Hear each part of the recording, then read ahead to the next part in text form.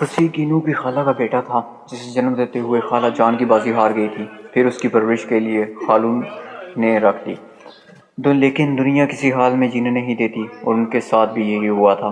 لوگوں نے طرح طرح کی باتیں کرنا شروع کر دی اور انہوں نے تنگ آ کے آیا سے نکاح کر لیا، مگر وہ روایتی سوتیلی ماں نہ بنی اور اس سے ایسے ہی محبت کرتی رہیں جیسے پہلے کرتی تھی۔ حالانکہ ان کی اپنی بیٹی بھی پیدا ہو چکی تھی اور باپ کی توسیع معنوں میں اس میں جان تھی۔ ابھی اس کی نوک زباں پہ کوئی خواہش ہوتی تو وہ چراغ کے جن کی طرح اسے فوراً پورا کر دیتے۔ اس سب کے باوجود میں اس نخوت نام کی چیز نہیں تھی، اور آج تک اس کے حلیے اور رویے سے کبھی نہ ظاہر ہوا تھا کہ وہ کس قدر امیر گھرانے کا چشم و چراغ ہے۔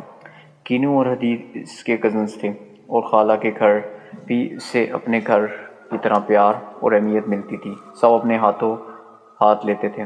ایف ایس سی تینوں نے اکٹھے کی تھی، مگر بی ایس سی میں داخلہ لیتے ہی اس کی گاڑی رک رک کے چلنے لگی، اور اس کا نتیجہ یہ ہوا کہ کینو اور حدید ایم ایس سی کر رہے تھے اور وہ ابھی تک اپنی سپلیاں کلیئر کر رہا تھا۔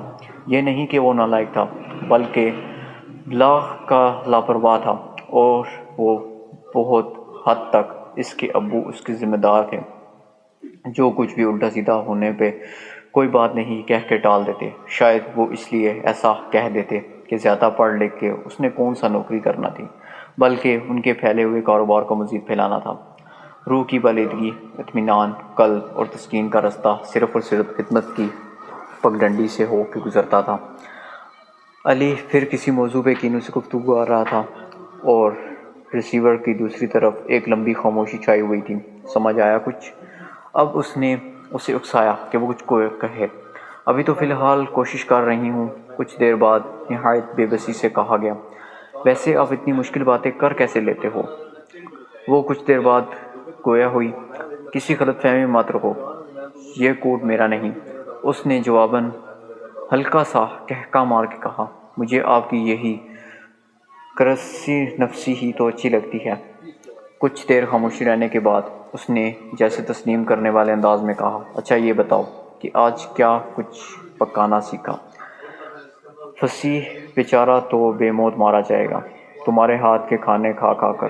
اس نے موضوع بدل دیا، لیکن جس کا نام لے کے بدلا، یہ شاید بہت بڑی غلطی کی تھی۔ میں اس نام نہاد منگنی کو نہیں مانتی، اور ویسے بھی وہ جس ٹائپ کا بندہ ہے، مجھے تو نہیں لگتا کہ بڑوں کے فیصلے پر سر تسلیم کر لوں۔